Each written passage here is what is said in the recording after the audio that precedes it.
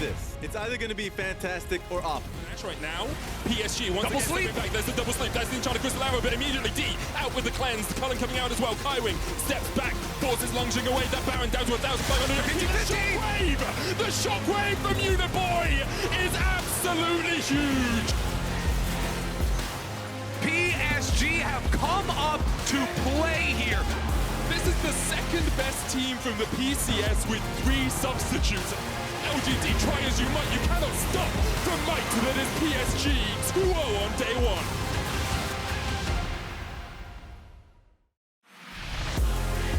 1. Welcome back. Unicorns of Love versus PSG, and what a game it is likely to be, because the Unicorns have already impressed us today. PSG impressed us yesterday, and these are, in all honesty, probably the 2 favorites for the group. They're looking real good. You know, I was sort of saying yesterday, PSG proved they were legit. Now today, Unicorns have that chance playing against PSG in this one. And I'm just really excited to see how these teams attack the game, because we've seen some of their, unique flares pop up a little bit with like the Ekko in the jungle over for PSG. We saw Nomanz's Kassadin with the bot lane Orianna. So these are some drafts that could get a little wild too. What I love from PSG so far is we've seen them play an aggressive jungle mid, right? We saw the Ekko set, and it was all about Kongyue getting ahead, smashing people on his Ekko, right? But we also saw them play against LGD, this much more controlled, slow-paced team fight style, and perhaps we overestimated LGD after watching them lose to Rainbow 7, but also they played it very well. Now, Unicorns of Love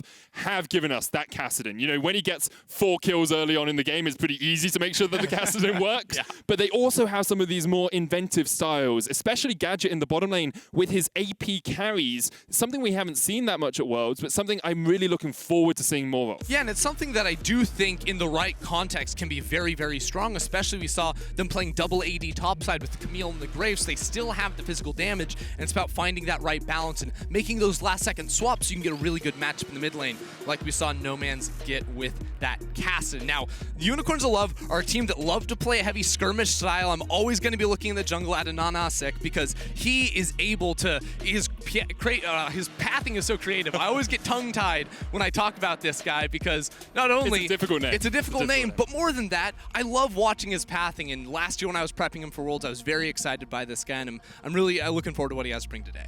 I will say, Ender, having cast him a few times in the past, AHaHaCiK. It's the last I still subscribe to Frost's line of thinking. We just call them pineapples, yep. But we can't have everything in life. No, we can't. Unicorns on the blue side, Mordekaiser and the Ornn getting removed. Nidalee, Evelynn taken away here from AHaHaCiK, and now we'll see perhaps if the Lilia is banned. Graves removed by the Unicorn, so that does mean the Sett Ekko combo that we saw PSG use so effectively yesterday is still available for Uniboy and Kongyue.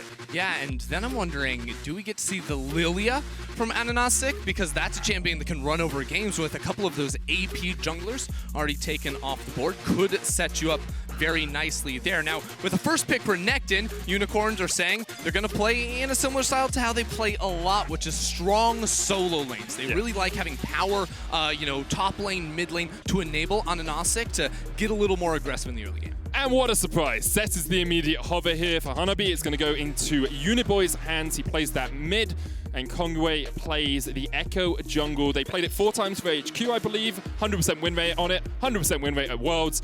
I would be shocked, in all honesty now, if it is not picked here for PSG. Yeah, and it's funny, too, because I remember last year, 2019 play-in stage, Ekko jungle was all the rage. Everyone tried playing it, and it didn't really work out, and then it just fell off a cliff later in the tournament. And even since that point, it's been nerfed a couple of times, and Kongyue still likes this champion and can definitely be one of those that when you get to level 6, like your skirmishing is very, very strong, and it's super hard to punish him, and it allows him to play pretty aggressive. It definitely lends me to thinking, though, that PSG will not play that team fight style we saw them use against LGD. They're going to be much more about unleashing Kongyue early on. They'll have probably a Senna in the bottom lane, a more safe AD carry down towards that bottom side, and then they'll try and use Kongyue just in those side lanes. Exactly, and that's something that I really like as PSG come to this game, and they've obviously done a lot of prep to face off against the Unicorns, as we know Unicorns like to play a little bit more skirmish style, right? So why don't you try and match that a bit? And one weakness of the Unicorns is they like to flip it around the Herald. They'll sometimes take fights early on that they don't need to with comps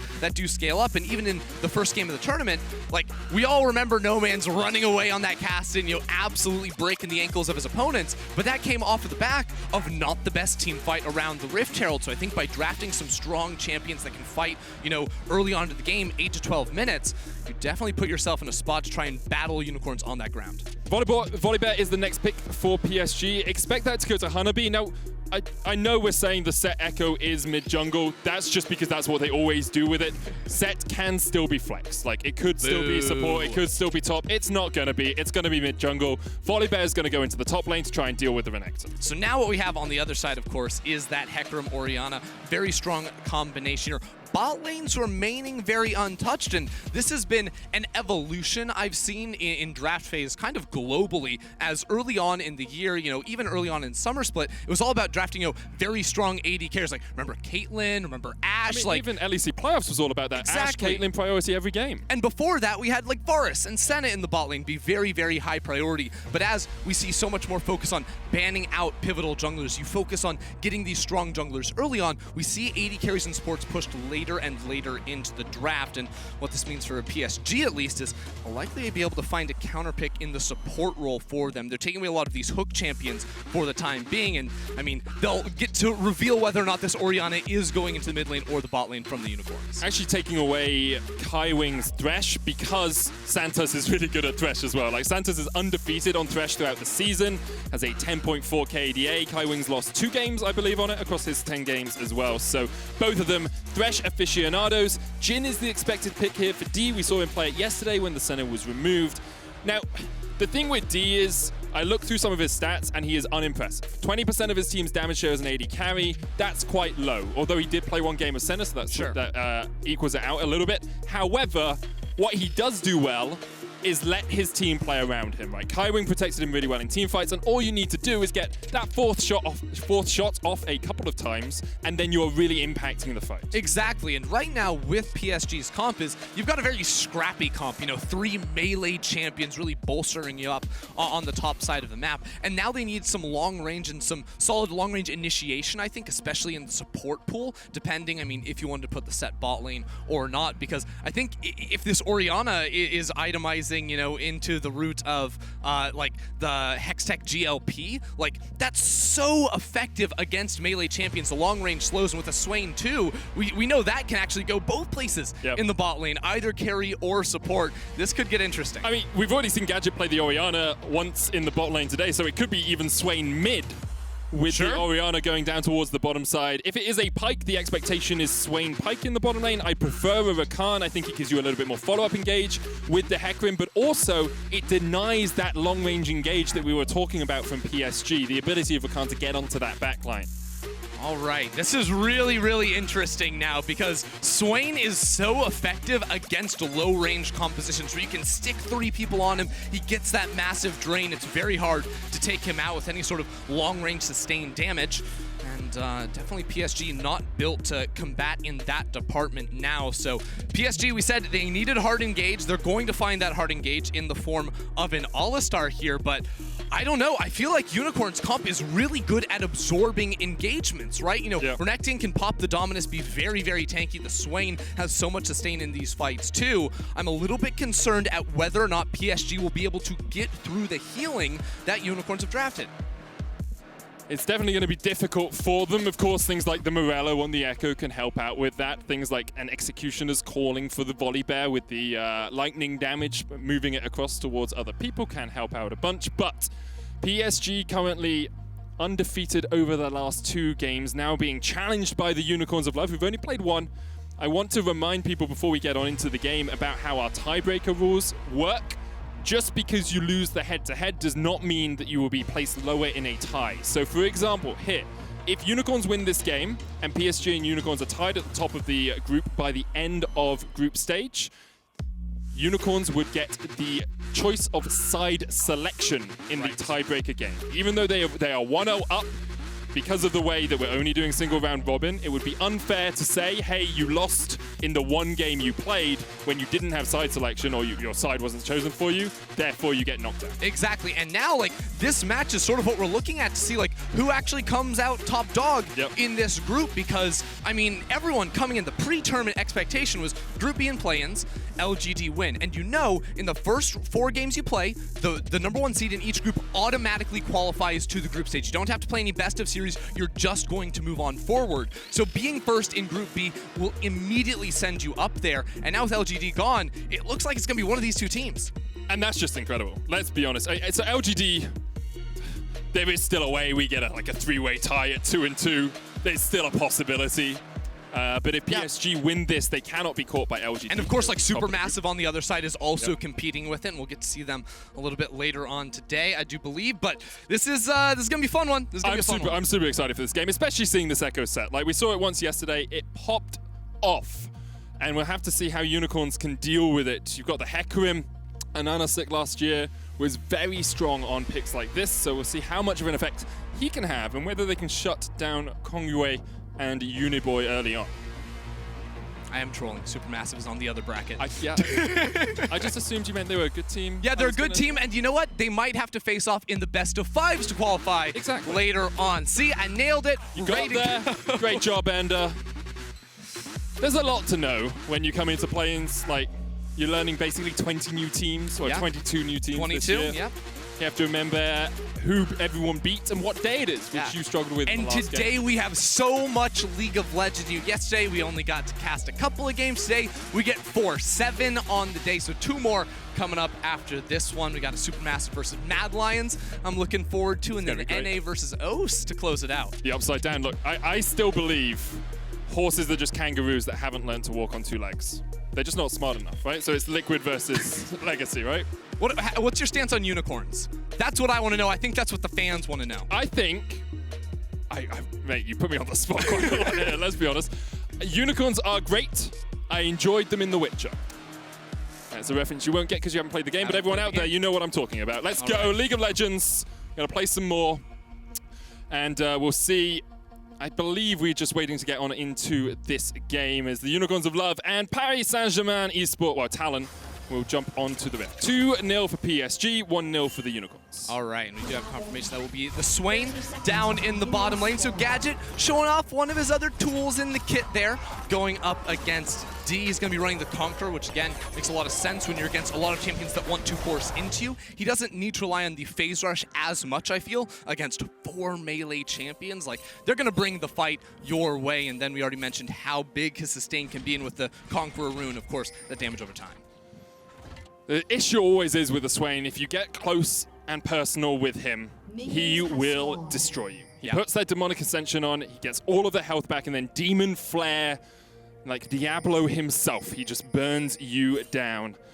Meanwhile, on the other side of the map, Hanabi picked this Volibear into the Renekton. Boss's Renekton is something he has played, well, it's the most played champion for him this split, and he has never lost on the champion. I mean, that's not saying much. Unicorns of Love only lost 1 game in the summer season, so it's not too surprising he hasn't lost. But it's a phase rush in the bot side for this Alistar, and I know the Aftershock Alistar, which can give you a whole lot of value, especially for these early all-in trades. Phase rush is more of a get up and go, and I feel like later on, once level 6 comes in, of course you're gonna have a lot of that, you know, survivability with your ultimate, but inside the laning phase, it's an interesting one for sure. So my assumption is you're looking for the headbutt pulverize combo, 1 auto attack, and then you can chase them down with your E and make sure that you get the stun. No one can then escape from you, which is why the phase rush is an option that we've seen around. But you can see, look, just you get knocked up and you get dragged back, and Gadget with the never move is just going to keep Kaiwing in place. It's actually a really difficult lane if you ever get caught out, because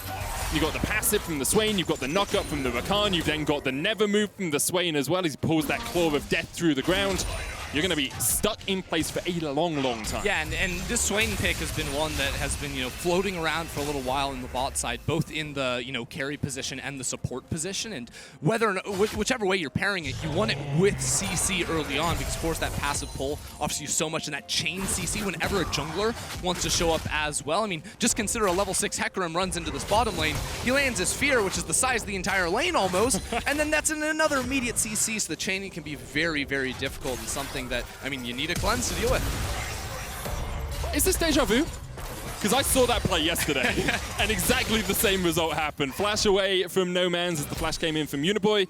We'll see if Kongyue decides to come for a repeat gank. And AHaHaCiK is up into the top lane. Boss actually quite low here. He's going to tank up a tower, shot the knocked back with the rampaging charge, and there's first blood. Wow. Great dive there from the Unicorns of Love. Yeah, really well done, but Kongyue not slowing down just yet. He wants to go bot. Kaiwing does have the knocker, would have to flash to try and get onto Gadget, and they decide against it. The parallel convergence just a little bit out of position. Yeah, the wave was in a good spot to look for a gank, and seeing an AHaHaCiK top lane, he's like, okay, we're going to force it down bot side and see if we can make that one work. I love Uniboy walking down the river too, because Kongyue had used his stun with the W bot side. He was like, hey, Uniboy, come on. Pull it over here. Make the resistances drop so I can clear through that one, no problem. The synergy obviously showing there. Yeah, it's something you can always do as a favor to your junglers. Just CC the Scuttle Crab, takes away 50 armor and 50 magic resist from it. So it's a lot easier for them to clear. And AHaHaCiK has decided the top side of the map is his playground, as he is currently on the Krugs. Kongyue is at the bottom side getting his grip. Yeah, because the thing is, AHaHaCiK, he knows the respawn timer, because with Kongyue revealing himself in mid with red buff, that means he cleared his top 3 camps, and he knows, well, around that 4-minute mark, that's when the second camp after the buff is going to be respawning, so he's here for the Krugs. You'll love to see it. Are they going to do this? So my assumption was that Boss was going to come into this bush where AHaHaCiK is at the moment and try and force Hanabi away, because Hanabi's already burnt his teleport, has burnt his flash. We'll get like 4 small Krugs and actually clear out the ward here to make sure there's no possibility of him getting teleported behind. Yeah, but you can already see the mind games of the junglers as Kongyue walks underneath the mid lane to try and steal away the Raptor camp. It's a little hard to commit to the enemy Krugs at this point because AHaHaCiK could have reset, but it will just be the Raptor trade on top. And if Santos can sneak back over towards Krugs and make sure those aren't being stolen away, that's a really nice early move from AHaHaCiK. Both the junglers, just as you say, trading sides of the map. A slight gold lead for the Unicorns of Love. About 600 gold ahead right now because of that early kill. In the bottom lane, though, a large CS lead for D and Kaiwing. Of course, the Swain, not the longest range, even though he is a ranged champion. It's not the easiest lane to farm up in. So as the wave pushes out, we expect Gadget to probably even that out about a 10 CS deficit. Definitely. All right, so coming off of these resets, I'm looking at where these junglers can try to attack, because of course Nomanz lost his flash very early on, and I think there's definite repeat gank potential around mid lane, especially when Uniboy hits level 6. Deep wards were placed by AHaHaCiK on the Raptor camp, which does see Kongyue on the bottom side of the map, and this makes it so easy for Nomanz to position in lane. Now he can just hug that top side river, be very safe up against any early aggression. Of course, Renekton, Ruthless Predator, the stun works its way through shield, so even though Hanabi's going to try and get some shielding from that electricity from the sky, he will be chunked out pretty effectively every time that Boss decides to go in. And you wonder about the Volibear pick, like, it feels like it's matching the Renekton okay in the lane, but it's got to bring something more to the table, because Renekton at the moment is just having an easy enough laning phase. Yeah, I mean, I think Renekton's gonna be fine up here, and looking at like later on team fights, I think Renekton has a little bit more value to offer when it comes to like diving the enemy backline. When Diaz cleans up, it's gonna be really hard to make anything happen. But I mean, this is gonna be a game where, I mean, it feels even less about diving backline. It's just like a bunch of melee champions butting heads. That's why I actually am a little disappointed to see Nomanz going the route of the Seraph's Embrace here. That early tier purchase again against 4 melee champions. The value you gain out of itemizing. Hold that thought though, as Kongyue looks towards mid, but the value you get out of a GLP and the slows you can provide is just absolutely massive. You see Kaiwing roaming away from D as well, just trying to get himself involved in the action, but neither team really able to find too many forays. Of course, we had that first blood in the top lane, which was a excellent dive from the Unicorns of Love. And now, teams seem pretty satisfied just trying to find these picks without actually really making much headway. D's walked all the way up towards this middle lane. It's kind of funny. 50 seconds, Rift Herald's going to be spawning, and one difference in the bot laners is Gadget went the TP route and is holding on to that teleport. So if Unicorns did want to contest over the top side of the map, they do have that global at their disposal.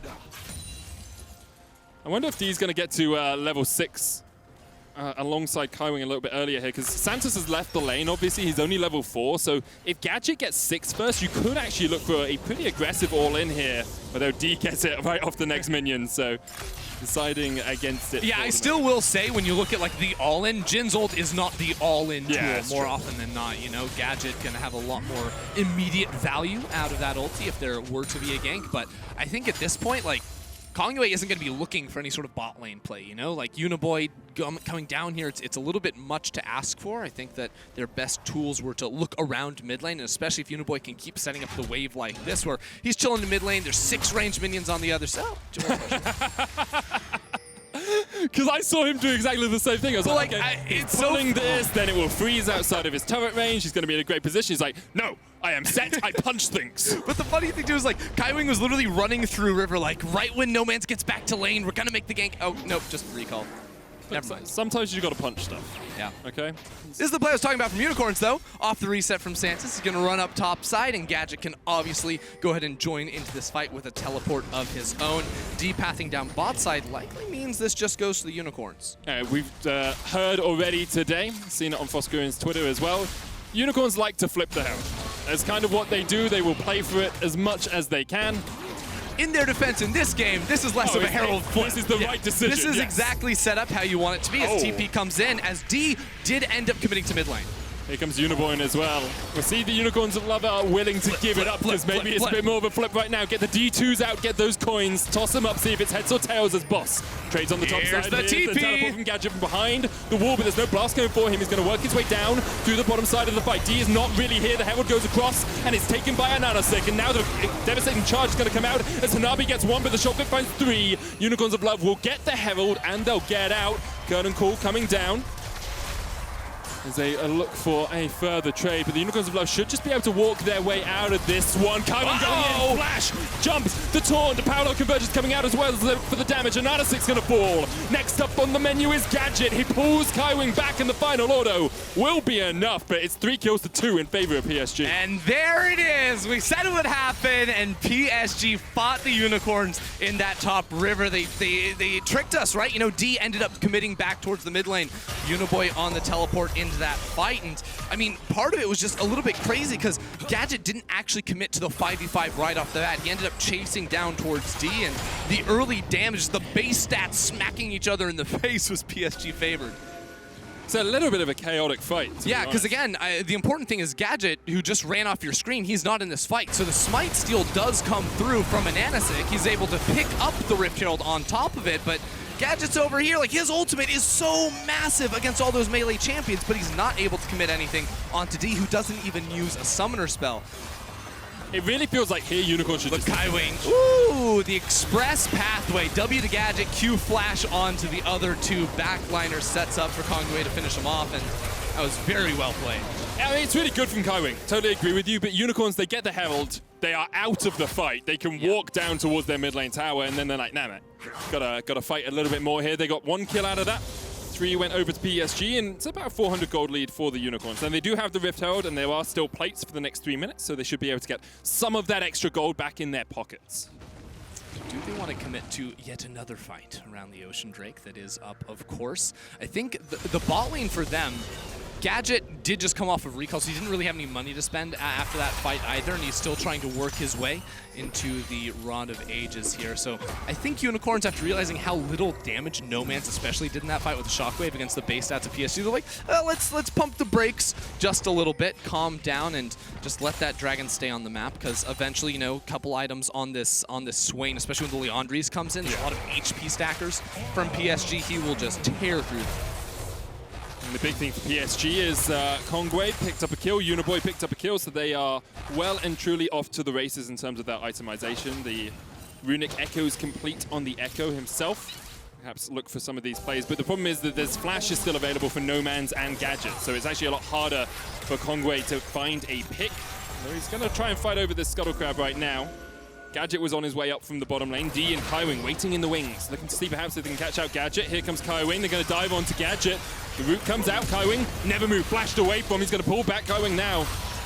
As Gadget had to burn his flash. The Scuttler still fought over here on the top side as the base breaker comes in. Showstopper already used. Kongwe's going to get Shockwave. There's a TP. His Chrono Breakout and just about gets it. And now here comes the TP. Gadget on the backline with the Demonic Ascension. Trying to get that flare off as Hanabi dives towards Santos. Gadget. Look at the healing. Curtain call coming out. Gadget healing up.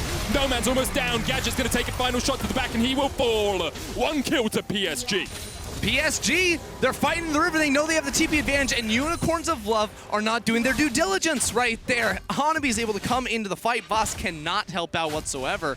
And even with the damage Gadget was able to do, the time he was able to buy, PSG are the stronger team. But Boss has not been that involved. He is now 0-1-1. He's got 4 plates. He has a Blade of the Ruin King complete. He has a 40 CS lead. Like, this Croc is a monster. Yes, but he's not in the fights. But he will be next time. Get him in the fights. He's got to be there to make that work because you're totally right. He does have a large advantage, but now this Herald goes in the top lane to break 1 plate. Like, these types of moves don't seem like they're all adding up now for the Unicorns. You throw so much into getting that Herald. Why are we just using it for a single plate on a tower that was destined to fall? I understand, brother. I agree with you. Perhaps it could have been better prioritized, or perhaps we were saying it's 30 seconds before the turret plates fall. We have it right now. I'm not saying it's the best play. All I'm saying is it is a play. You're right. Reasoning. You're right. It is a play. Trinity Force on its way for AHaHaCiK. Nomanz has the service. I keep failing that. I keep getting to the middle of it and then forgetting to emphasize the last "na." Every single cast with him, always going to be a pronunciation manual, but now we're back into standard lanes for the time being, but the big difference, one of the great strengths of having a Swain in the bot side is he is so self-sufficient because of how long he can actually stay alive. So Santos is never down here bot lane. He's always trying to make those moves towards mid, but I think what maybe he doesn't realize is that Uniboy, very self-sufficient in mid lane. He's a big old tank. You can't really cut through his health bar too quickly either. So Unicorns, it's much more about setting up vision and making sure Kongyue can't get too much further ahead because he's already 2-0-2, and we saw how he was completely able to take over the game on that same champion yesterday. Uniboy is he's gone a bit thrift shopping here, Ender. He's got his boots, his belt, his skirt, his vest, a shield, and a bit of fire. And a bit of fire, you know. Like, do you never Katniss Everdeen. buy some fire?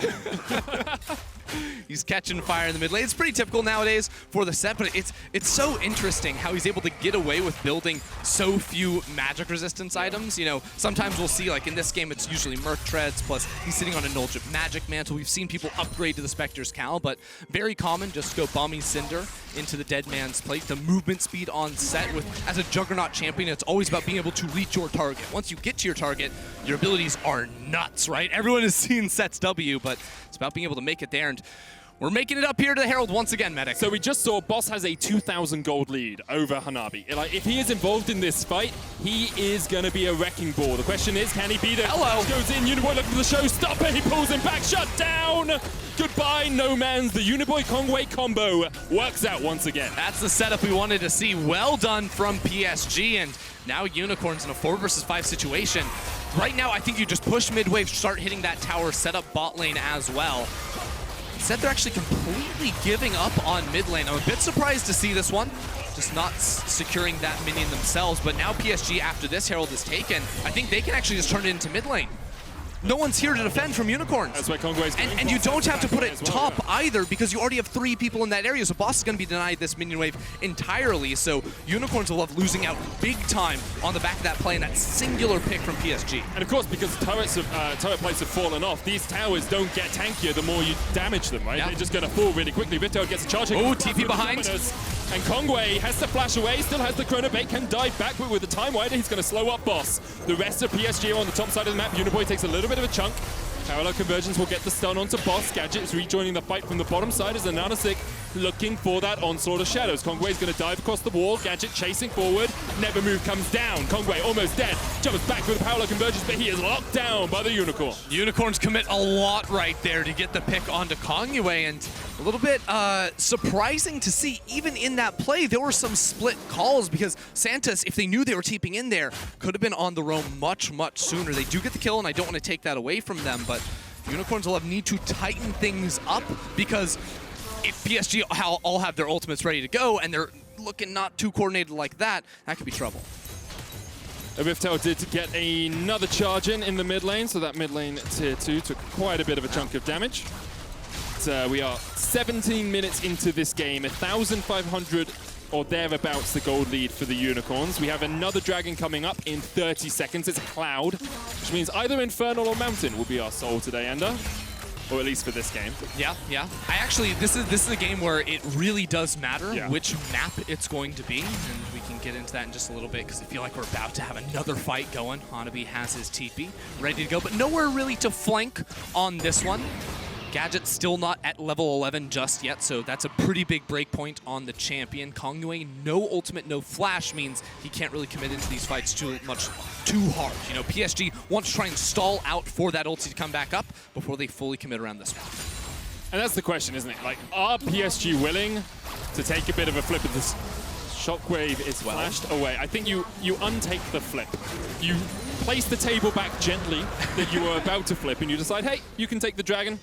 We got the Shockwave. What map is it going to be? Ooh, okay. So this is why I want to talk about it, because I think Infernal Rift is an overall buff to PSG. Basically, this is because when you look at heavy melee melee comps, one of the ways they're actually really punished is when you have to deal with a lot of terrain on the map. So if Infernal or if Mountain Rift pops up, all of a sudden Nomanz and Gadget have a lot more tools to be able to kite back of and use to their advantage in controlling space with Shockwaves and the CC that a Swain can provide. Those tight corridors going to be very, very beneficial to them. Now that the walls have actually been raised down and the map has been opened up, all of a sudden it becomes so much easier to just sprint straight at the Unicorns and find them out. They have less tools to try and walk back with.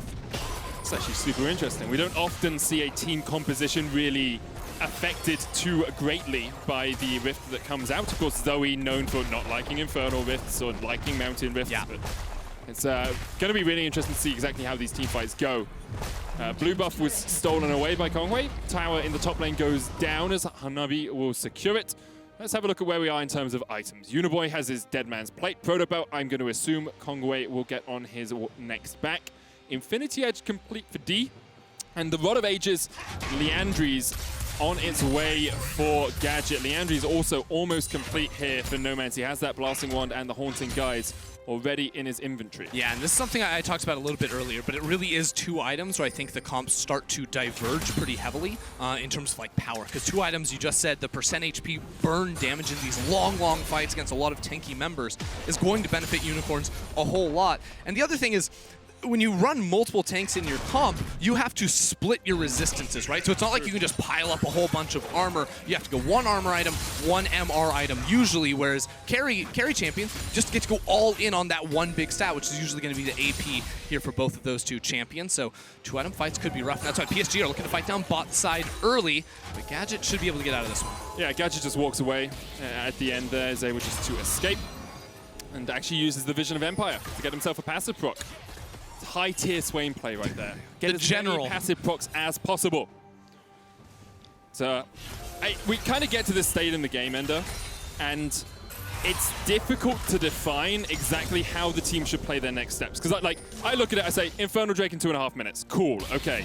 You can push out side lanes, you can get CS, you can get some gold, but it feels like the teams tend to accept that you don't have to force around these moments. Yeah, and I think for Unicorns, one of the great things for them is they can get priority in a lot of their lanes pretty easily, because I think when Orianna is going to match up against a Jhin, she should always be able to hit the wave with her AoE spells, push through that. Renekton, with his advantage topside, going to be able to gain that as well, and Gadget 2 continuing to scale up bot side. So when we split out and look to control the waves, the map will usually belong to the Unicorns, unless PSG are dropping a wave to then gather forces inside the river like we just saw and put down some vision.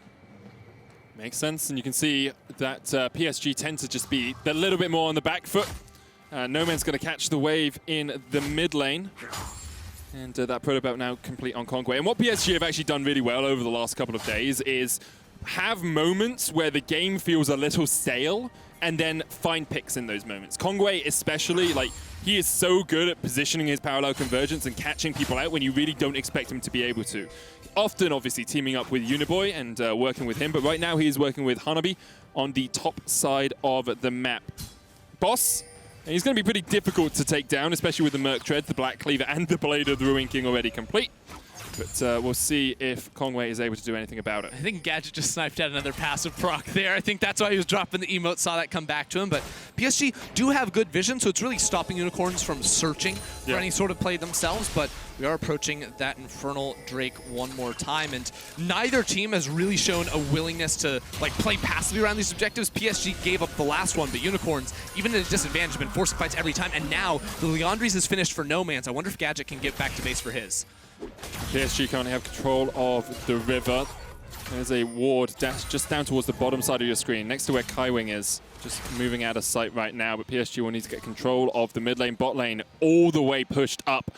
Gadget's going to back. Let's see if he gets his Liandry's. There it is. 2 items complete. That's a big one. Rod of Age is still stacking up, and now he can either walk in or TP, and he's going for the TP. There's the parallel convergence. Santos, the only one to eat the initial charge. Of course, Kongyue didn't jump in. Yeah, and Gadget has already teleported to that mid lane tower, so Unicorns of Love desperately want to fight this. PSG have been zoned to the bottom side of the river, so if this stalls out, there will be a wave coming for Unicorns to play with. But I think a good position for Unicorns is actually be the ones to start up the Dragon, force PSG to come in to their back line, and they're going to be able to tear through them. I mean, the great thing for your Unicorns of Love is if PSG are coming at you, you have great shockwave positions. You've got these chokes that you have to funnel through, and you can see Unicorns start it up. Boss and AHaHaCiK going to start this one as Kongyue comes in from the bottom side of the fight. Kaiwing there as well. D there. Teleport coming in from Uniboy as they look to join this Barney. The Dragon down to 1,000, the knock away. Shockwave comes out, and AHaHaCiK is the one to secure a second spot. He's got this game. Quickness coming out as they dive onto the backline. D trying to cleanse away, flashes out, and Gadget almost gets him with the death hand. Hanabi down towards the bottom side of this is going to get taken out by Nomanz and Santos, you have to feel. And AHaHaCiK will chase him down. The Stormbringer is brought to an early grave. 2 kills and the Dragon to the Unicorn. AHaHaCiK huge with the smite and huge with the team fight as well. Coming up clutch right there, and you saw it. PSG just do not have the damage to kill the Unicorns on this itemization, and AHaHaCiK wants more. Kongyue dying even with his ultimate available, just got CC chained and went down, and I think the Unicorns might be thinking, well, the Baron's available. 24 minutes in, 2,000 gold lead for them. This could be a little bit greedy. Hanabi has the teleport in 12 seconds to join the fight. They're just taunting PSG to come in. Fight us, let's go, let's party. The curtains are gonna open, the knockup comes down, and AHaHaCiK is almost taken out. Boish doesn't go in, and that's 1 kill. Kaiwing falls, the Baron goes down. The Unicorns of Love, they taunted PSG, as you said, Betty. Oh, sorry, Betty. Wow! That's okay. Fine, you know what? The Unicorns will focus on what matters, Medic. Not me, clearly. All right, AHaHaCiK here gets punched out of the fight, and they try to burst it down, but AHaHaCiK comes back somehow and lands that smite, then the ulti onto a poor D right there. All he can hope to do is flash on out of that one and survive, but the damage is not there for PSG, and I love the call to then continue it on the Baron. I'm so sorry, Ender. You should be. We'll come back to the League of Legends game. So, yes, Baron now on boss. It's almost 3 items, gone on his way to his death dance on this Renekton, and there's a 4,000 gold lead for the Unicorns. And the question coming into this game was, can Unicorns show us what PSG showed us yesterday? Can they show us that power, that consistency that PSG showed by beating LGD? Well, Unicorns are about to beat, well, Unicorns are in the lead versus a team that is the only team that's undefeated in this group. And the reason, Unicorns, I think their composition works so well into what PSG have to offer. I think Unicorns correctly identified how strong they are on their item breakpoints. So very good team at fighting around those timers. Of course, we mentioned the 2 Liandry's, and now it's just, how do PSG really come back? Doesn't feel like they can force the fight and walk into the swing. The pivots in the draft to Gadget, the Orianna in game 1, the Swain in this game here have really been a curveball the teams haven't really figured out how to deal with. Unicorn's going to take that top tier, bot tier 2. They're now looking for more as they go into the inhibitor line. Boss and AHaHaCiK are pushing forward. Uniboy's going to use the face breaker. Tier 2 in the mid lane falls as well. 5,000 gold lead. Unicorns trying to get the waves to sync up, but that bot wave is still a way away. But PSG, slow to react, slow to act, slow to get here for this a little bit of action as the inhibitor tower falls in the mid lane. PSG stepping forward, trying to find their mark, trying to find their man, but Unicorn's like, okay, you can go mid, we're going to go bot lane and bring in the wave that we prepped. Yeah, the wave just that take is all ready. those towers. Just take all those towers, and D cannot fight. He is unable to fight until at least he has the cleanse back up, because as we've seen, AHaHaCiK diving into the backline is so hard to deal with. There's no wave clear here either. Like, what can D or Kongyue hope to do? The answer is nothing. They can't even reach the cannon minion buffed up by the Baron that's constantly laying waste to this turret. This is the final wave. 30 seconds on the Baron buff. 4.5 grand out of it so far for the Unicorns of Love, and they're looking for more as these double cannons just rain hell upon the inhibitor tower. Hanabi in the mid lane trying to trade. Here comes the showstopper. The parallel convergence won't find them. The quickness coming out, and there is the shockwave. Nomanz gets out of the back of it, and PSG have been swept. They've been wiped off the map. Kaiwing falls, Uniboy falls, and now the inhibitors will fall shortly after. Onslaught of Shadow still available for AHaHaCiK, and it is just so darn powerful. It is just so darn strong from the Unicorns. They take the first inhibitor, they're looking for the second. Sometimes all it takes is that one clutch team fight, and that came for the Unicorns around the Dragon, and now they're looking for the end. Looking to take down the only undefeated team in their group and stake their claim for the top spot, stake their claim for World Group stages. They're not going to be able to do it yet. Overstep just a little bit as PSG fight them back, hold them away from those Nexus towers. Double for Kongyue. Did Gadget really just flash the LGG symbol? Doing them dirty, even when they're not in the game to try and defend themselves. Unicorns, I mean, they actually lost a dragon off of this play. They're still very much in a commanding position with double inhibitors going down, but PSG at the very least going to keep Unicorns away from Soul Point with this one.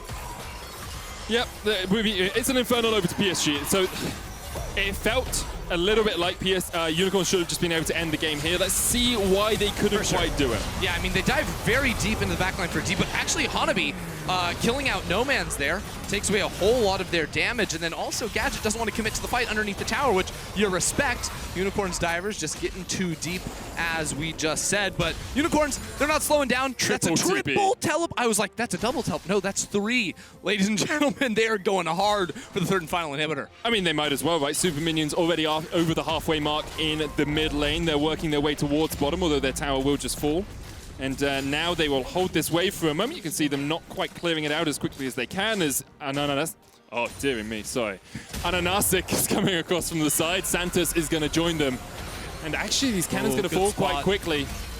They've cut off the flank from Kaiwing. What can they hope to do? Uniboy takes half his health. Does still have the Haymaker, so should be okay with a little bit of a shield. The next wave on its way. Supers in the mid lane have to be dealt with by PSG. The supers in the bot lane will slowly begin working their way up there.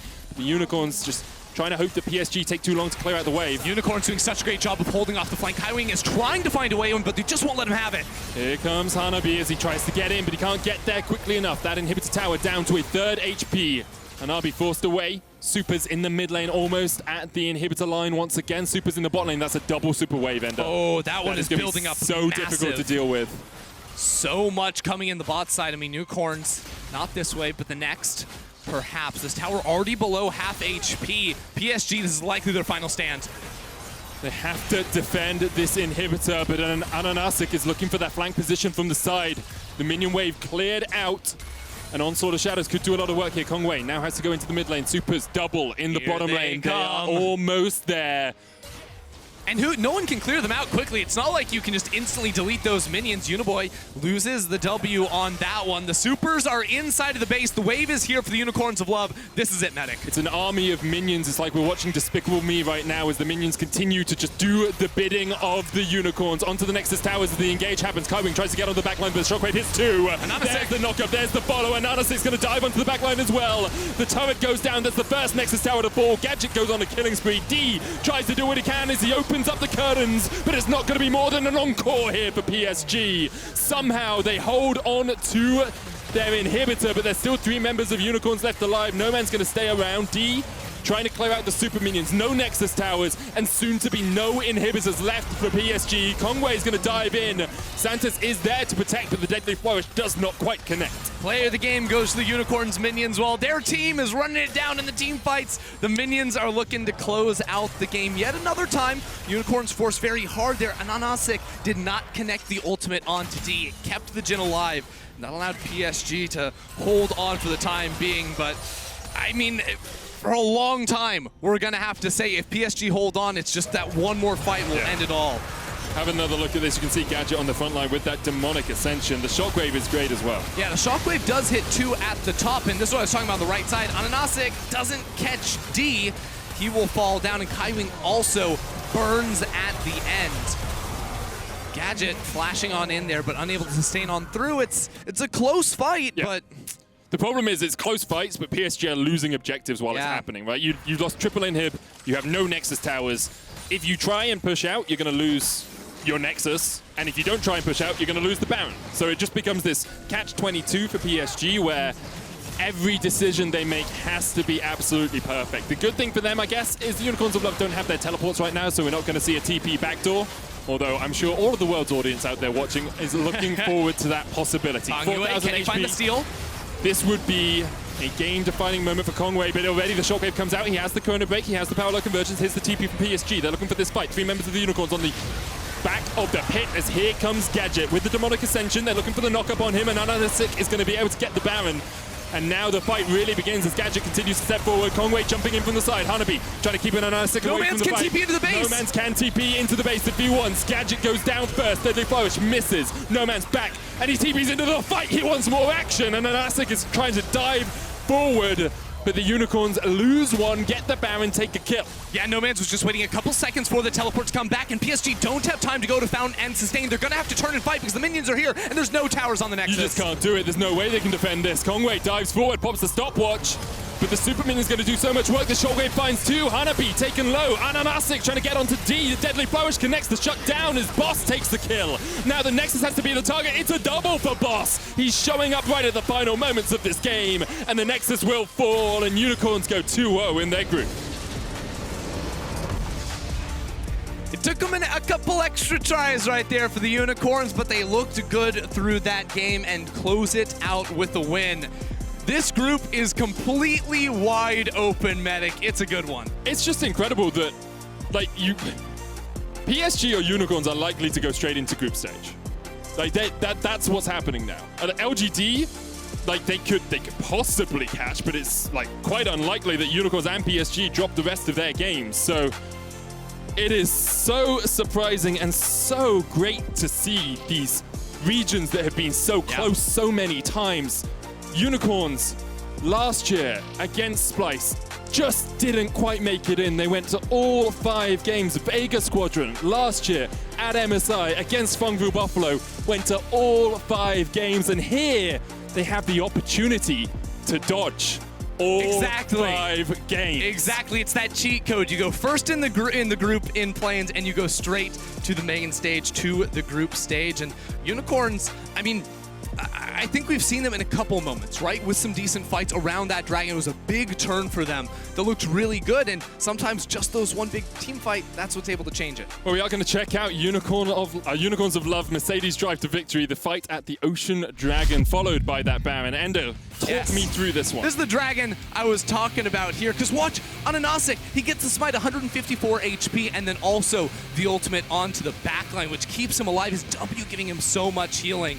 This is a moment where Unicorns really just proved the compositional advantage they had. Their draft was very, very clever. They were fighting on exactly the right items in order to take down PSG, and they were able to convert it into the Baron, which broke up in the entire base. I mean, AHaHaCiK was just on point with his smites. The first Rift Herald, he smites it away. This Infernal Dragon, he smites it away. And then here, make sure that he gets the smite on the Baron as well. You can see the curtains open, and you think perhaps they stand a chance, but he's just able to survive and then secures it with the smite once again. They're just unkillable. Like, where's PSG's damage coming from? It is just not going to work. We weren't able to see them pop off early enough to be able to take them down. So a well-earned victory to the Unicorns from start to finish. It really was. When we return, though, we'll see if Mad Lions can bounce back after they lost to Team Liquid, because they face off against TCL's Supermassive.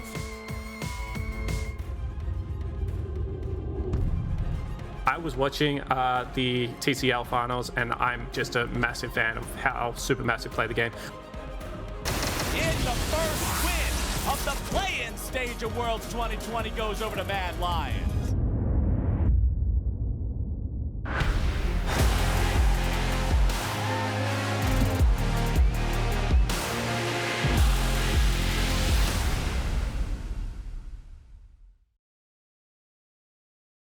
formally extend my gratitude for the Russell rate on my insurance. Do you mean surprisingly great rates from State Farm? I don't believe in accepting help, but I'll make an exception. Here's the deal, Russell. There's no special rate. These prices are for everyone. With the oak and the eagle as witness, consider us square. I made that from memory. I know your face that well. You want the real deal? Like a good neighbor? State Farm is there.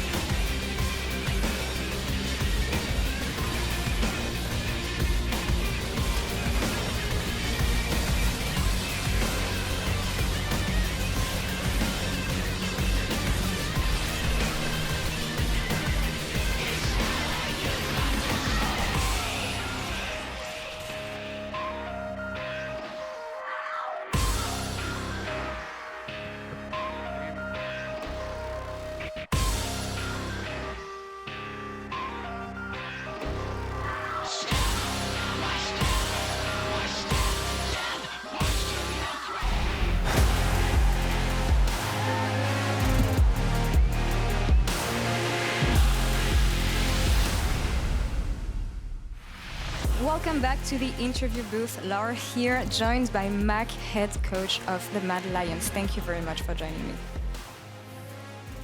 No problem. Thank you for having me. As always, I mean, you wrapped up the first day at Worlds here in play-in, 1-1 for the Mad Lions. I guess this is not the start you expected by the beginning of the day. So talk me through this day, the fact that you had to play 2 games, and the results overall. Yeah, not exactly the day that we were hoping for sure. It's disappointing.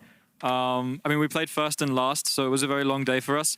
But I don't want to use that as an excuse at all. I think that we misexecuted and fumbled a lot of things in the second game. So for sure, we're all disappointed with, I think, the way that we played the second game, especially. Obviously, the first game wasn't clean at all by any standards.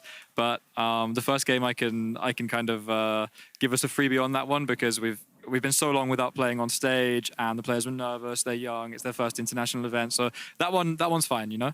But I think this evening's match was not great for sure.